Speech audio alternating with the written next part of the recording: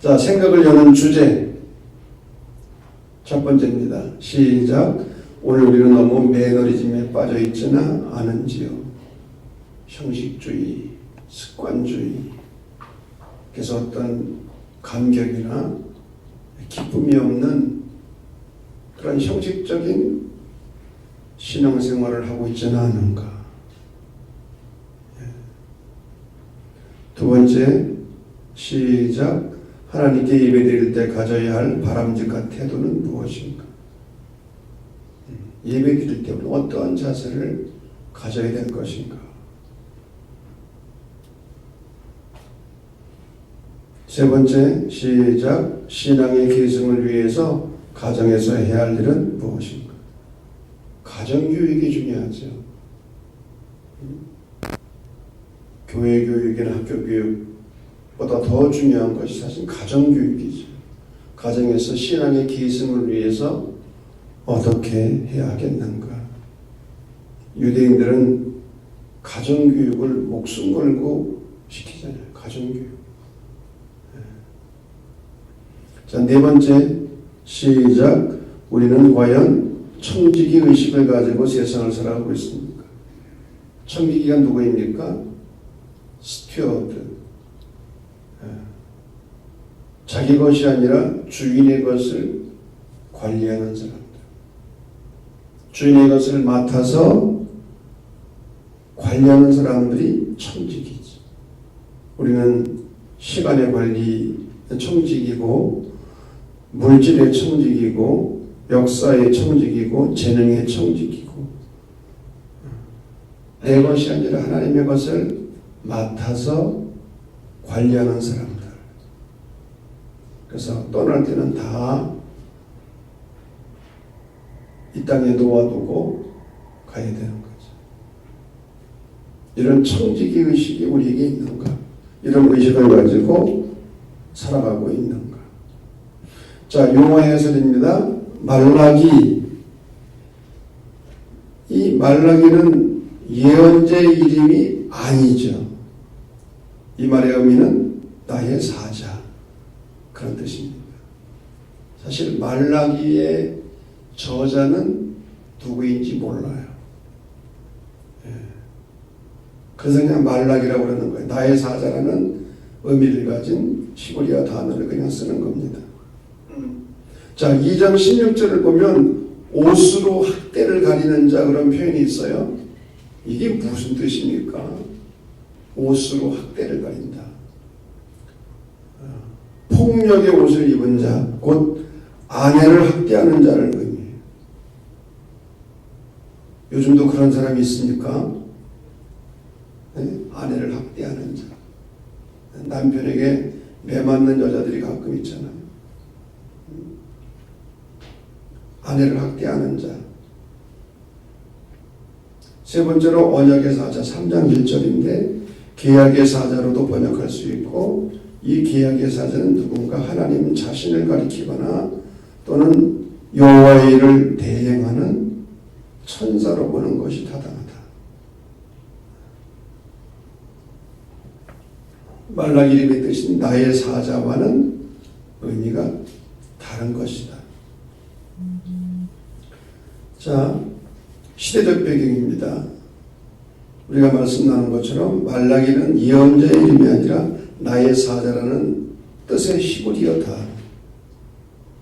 구약 예언서 중에 마지막에 속하는 책. 우리는 말라기를 쓴 저자를 모르기 때문에 편의상 그냥 말라기라고 부르는 거예요. 그냥 말라기라고 부를 뿐이에요. 이 말라기는 절망과 회의의 시대에 활동했던 예언자입니다. 무슨 말입니까? 바벨론 포로에서 해방이 되었지만 이스라엘의 상황은 매우 절망적이고 실망적인 거였어요. 많은 유대인들은 바벨론이 멸망하고 해방이 되면 고대하던 메시아 왕국이 실현되리라 그렇게 믿었어요. 그러나 그 기대가 그대로 이루어지지 않았습니다. 풍요와 번영과 안정을 기대했지만 현실은 그렇지 않았어요. 오히려 귀환한 유대인들은 고된 생활을 해야 됐고, 땅은 척박했고, 가뭄으로 시달려야 됐고, 성전을 건축하면 번영의 시대가 오리라고 기대했지만 그렇지 않았어요. 우리가 눈에 보이는 예배당을 건축한다고 경제적으로 축복받고 바로 잘 살게 됩니까? 그렇지 않잖아요. 이런 상태가 계속되니까 유대인들은 종교적 형식주의와 냉소주의에 빠지게 되는 거예요. 습관적인 신앙생활을 하고 냉소적인, 하나님을 향하여 냉랭한 그런 반응을 보이죠. 하나님의 법을 무시하고 심지어 하나님의 법을 가르치고 지켜야 할 제사장들까지도 타락하는 거예요. 하나님의 약속이 이루어지지 않는 것이 않으니까 의심하게 되고 형식적인 신앙생활을 하고 있는 거예요. 바로 이런 시대에 말라기의 예언은 이런 시대를 향한 외침이었어요. 외침. 자, 오늘 교재에 있는 순서대로 첫째, 공의 하나님에 대한 신뢰. 이 말라기의 내용적인 중요한 특징 가운데 하나는 묻고 대화하는 형식입니다. 말라기에 보면은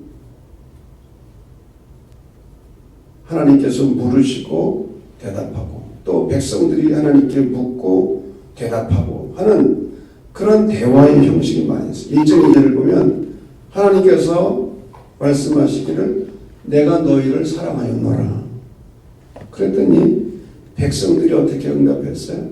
주께서 어떻게 우리를 사랑하셨나이까?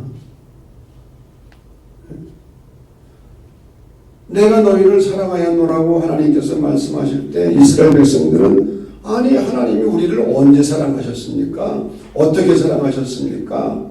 하고 대꾸하는 거예요. 그들은 무한한 하나님의 은혜와 사랑을 받으면서도 그것을 깨닫지 못했어요. 깨닫지 못하는 것이 문제예요. 반대로 깨닫는 것이 은혜입니다. 말씀이 옥토에 떨어졌다는 것은 말씀을 듣고 깨닫는 자니, 깨닫는 자. 2장 17절을 보면 이스라엘 백성들이 질문을 던집니다. 정의의 하나님이 어디 계시냐? 아니 하나님이 정의의 하나님이시라고 한다면 어떻게 악인들이 잘 되는 것을 볼 수 있으며 의인들이 어떻게 고난을 받을 수 있느냐? 그런 거죠. 하나님이 공의로우시고 이스라엘을 사랑하신다면 왜 우리의 삶이 이렇게 어렵고 힘드냐? 그런 질문입니다.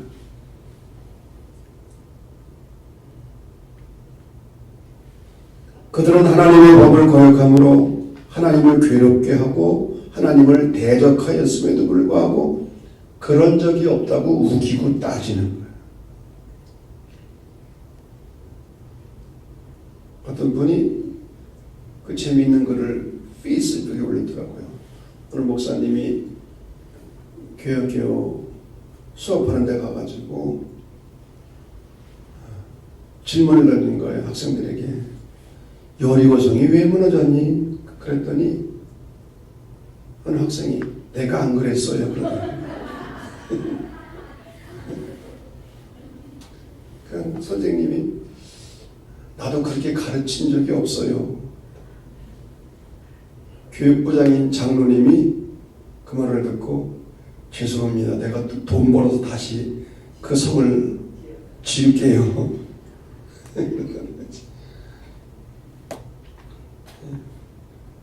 갑자기 이 묻고 대답하는 얘기가 나오니까 그 얘기가 생각이 났어요. 정의 하나님이 어디 계신가? 하나님이 살아계시고 정의로우시다면 왜 세상이 이 꼴인가? 근데 하나님께서는 정하신 날에 교만한 자와 악한 자를 반드시 심판한다.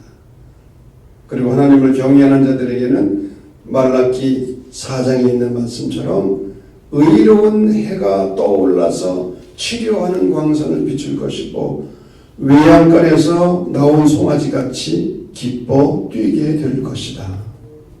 아멘. 자신이 없어요. 이렇게 아멘을 하네.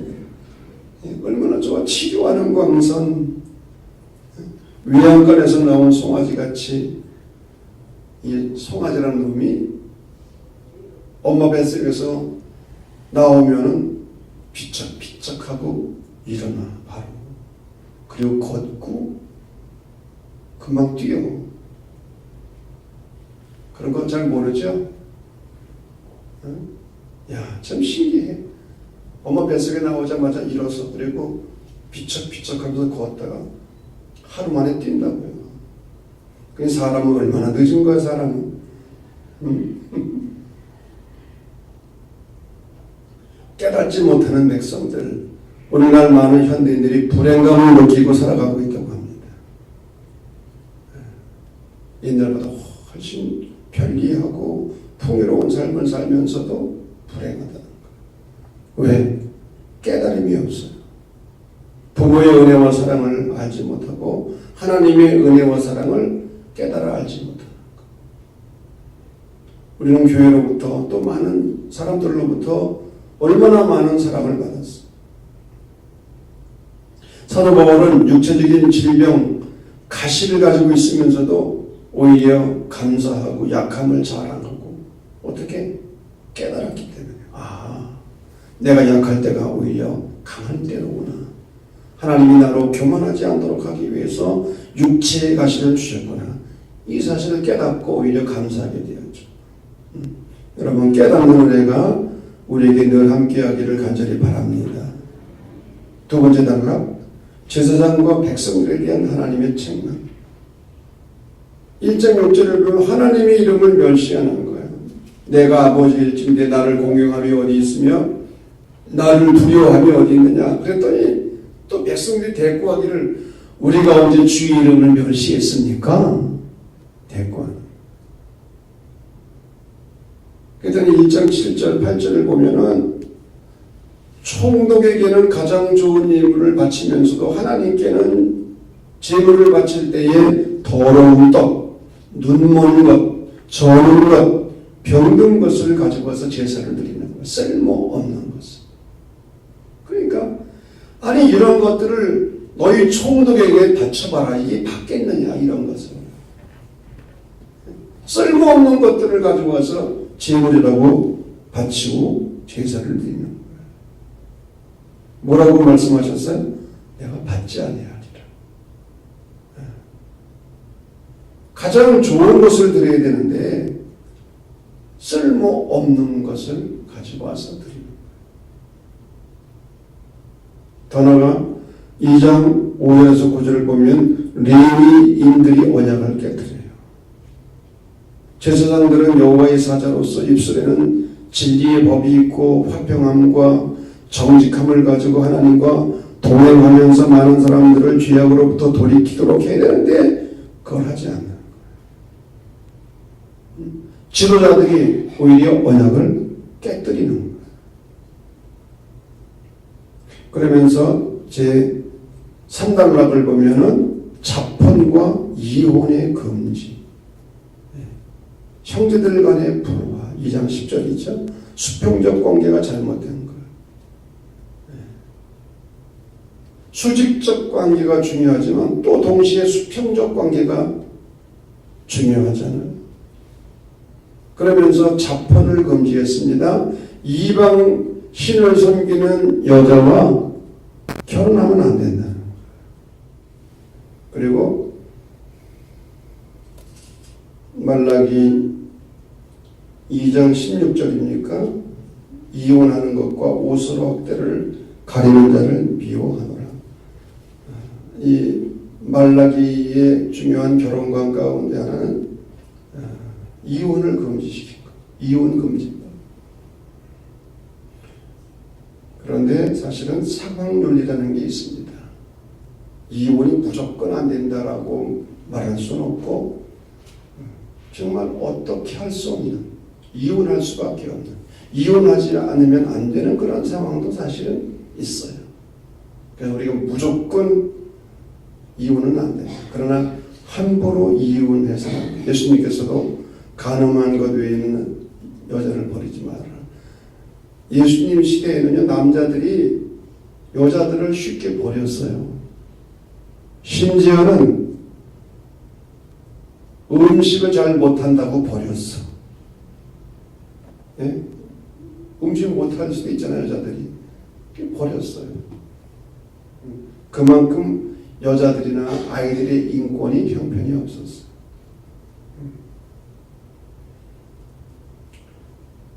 말라기는 이혼을 금지하고 있습니다.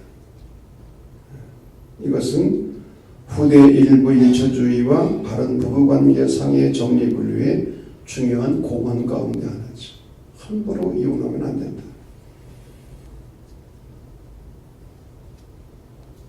자, 마지막 네 번째로 11조에 관한 규정입니다. 굉장히 예민한 부분이죠. 소득의 10분의 1을 바치는 것은 이스라엘 자손 대대로 지켜야 할 영원한 규례였어요. 민수기 18장에 나와요. 이거는 지켜야 될, 하나님의 백성들로서 지켜야 될 규례였어요. 그런데 말라기 시대 사람들은 이 규례를 지키지 않았어요. 이것을 성경은, 말라기는 도둑질이라고 표현합니다. 왜 하나님께로 돌아가는 것이 온전한 11조와 봉헌물을 드리는 것인가? 우리가 구약성경 신명기 14장 28절 29절 또 26장 12절에 보면 11조에 대한 언급이 들어있어요. 11조를 왜 드리는가? 첫째는 레위인들을 위해서. 왜? 레위인들은 땅을 기업으로 받지를 못했잖아요. 11지파에게는 다 땅을 분배해 주었어요. 그런데 레위지파는 땅이 없어요. 그럼 어떻게? 11지파가 11조를 내는 것으로 살아야 되죠. 그리고 객과 고아와 과부, 고아와 과부와 나그네, 이런 사람들을 돕도록 하기 위해서. 그래서 11조의 근본 정신이 뭐냐? 구약에서 말하는 이스라엘 민족 공동체의 영적 성장을 전문적으로 감당하는 이 레위 집단에 대한 지원, 그리고 의지할 곳이 없는 고아와 과부와 나그네에게 베풀어지는 공동체 전체의 자비의 정신이에요. 첫째는 레위인들, 그리고 두 번째로는 의지할 곳이 없는 고아, 과부, 나그네들을 돕기 위해서. 오늘날로 말하면 11조를 통해서 사회경제적 정의를 재정립하는 거예요. 가난하고 어려운 사람들을 돕기 위해서요. 그런데 이 말라기 시대에는 이런 정신이 무너진 거예요. 그래서 학계서 같은 데 보면은 제사장들이 먹을 것이 없으니까 어떻게 했어요? 다 도망을 친 거야. 먹고 살아야 되니까. 11지파가 11조를 들여서 그것을 가지고 레위인과 제사장들이 먹고 살아야 되는데 드리질 않으니까, 먹을 게 없으니까 도망을 치는 거야. 자, 왜 11조와 봉헌물이 하나님께 돌아가는 일인가? 하나님과의 언약 관계로 돌아가는 거예요. 하나님의 말씀에 순종하는 거예요. 하나님의 말씀에. 바로 하나님의 말씀에 순종하고 하나님과 올바른 언약 관계로 돌아가는 것이 하나님께로 돌아가는 길이라는 거예요. 그러면 오늘날 11조 정신이 뭐냐? 오늘날 11조 정신이 뭐냐? 5가지입니다. 첫째는 하나님의 은혜에 대한 감사의 응답. 은혜에 대한 감사.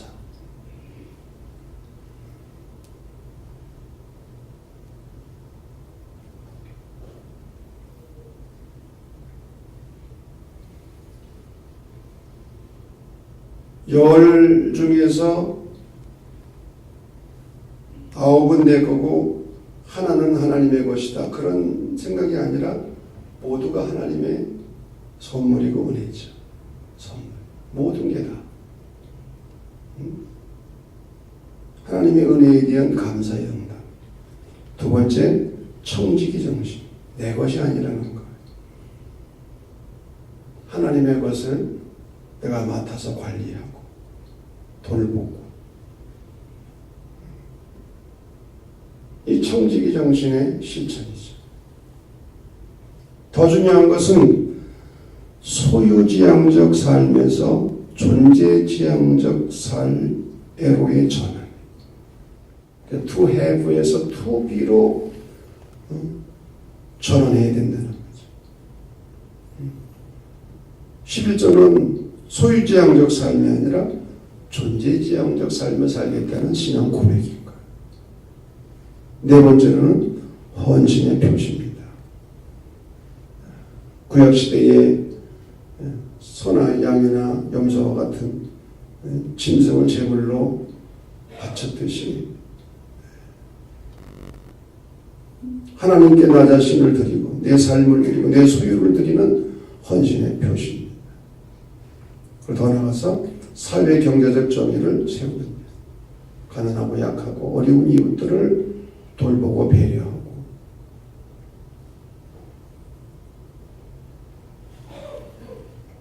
더 나아가서 11조를 하고 헌금을 해야 교회가 유지되고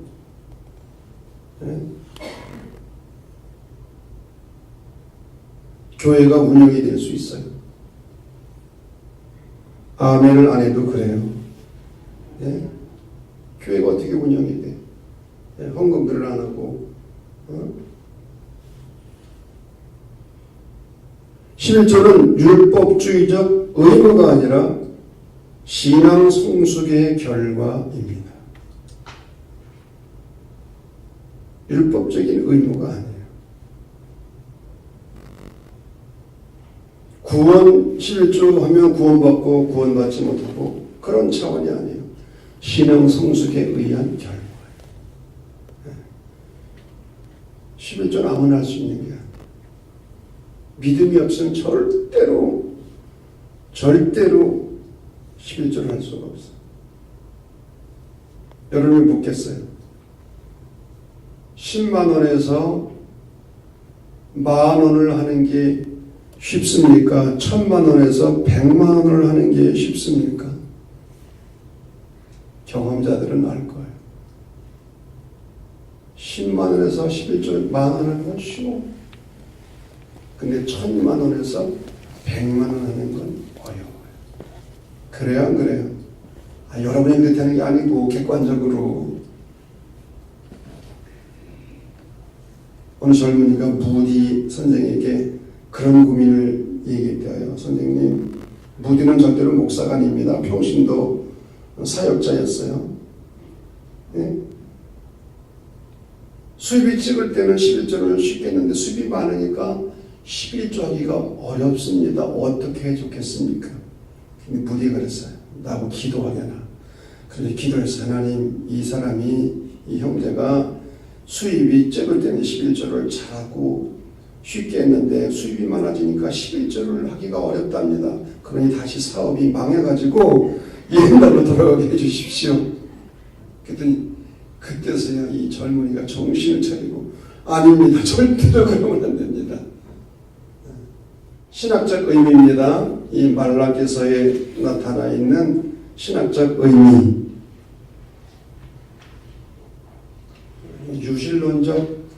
허무주의. 이게 뭔 얘기인가? 바벨론 포로 이후 유다 공동체는 계속되는 고난, 혼란 속에서 극심한 좌절과 실망에 빠져들었다 그랬어요. 그래서 사람들은 냉소주의에 빠지고 형식적인 신앙생활을 하게 되었다고 했어요. 이때 등장한 것이 유실론적 허무주의입니다. 욥의 안에는 무신론적 허무주의예요. 하나님이 어디 계시냐? 그런 하나님을 그래도 믿겠느냐? 하나님을 욕하고 죽어라. 무신론적 허무주의. 근데 이 말라기 시대의 이스라엘 백성들은 유실론적 허무주의에 빠진 거예요. 이게 뭐냐? 하나님을 부정하지 않아요. 그런데 마치 하나님이 안 계신 것처럼 공허한 신앙생활을 하는 거예요. 하나님을 믿어요. 하나님을 인정해요. 근데 하나님이 없는 것처럼 부정하고 냉소하고. 여기서 말라기가 11조와 헌물을 강조한 것은 단순한 물질의 문제가 아니에요. 하나님과의 언약의 회복, 말씀의 회복이고, 모세의 율법을 기억하고 하나님께로 돌아가는 길이 11조와 봉헌물을 온전히 드리는 거예요.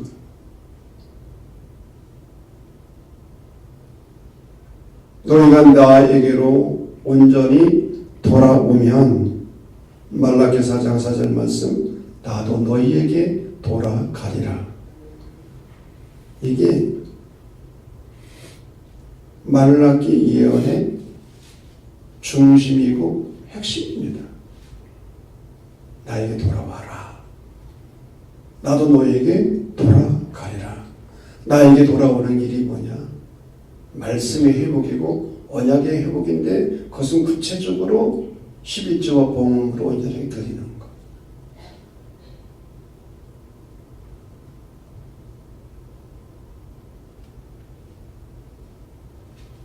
자, 성찰관하는 두 가지입니다. 첫째, 시작. 신앙이 매너리즘에 빠지면 영적으로 병들고 죽어가게 된다. 병이 먼저 들어. 살았으나 죽어 있는 거죠. 사대교회처럼. 자, 두 번째, 시작. 11조는 돈의 문제가 아니라 하나님과의 관계요 영적인 문제이다. 어느 부흥에서 어느 교회 부흥회를 하러 갔더니 그 교회 장로님 부탁하더래요. 목사님, 우리에게 와서 돈에 관한 설교를 하지 말아주세요. 그러더래요. 그래서 11조는 돈의 문제가 아니라 영적인 문제고 신앙에 관한 문제이다. 단순히 돈 얘기가 아니에요. 하나님과의 관계 회복이고 언약의 회복이고 말씀에 대한 순종이고, 특별히 이것은 영적인 문제.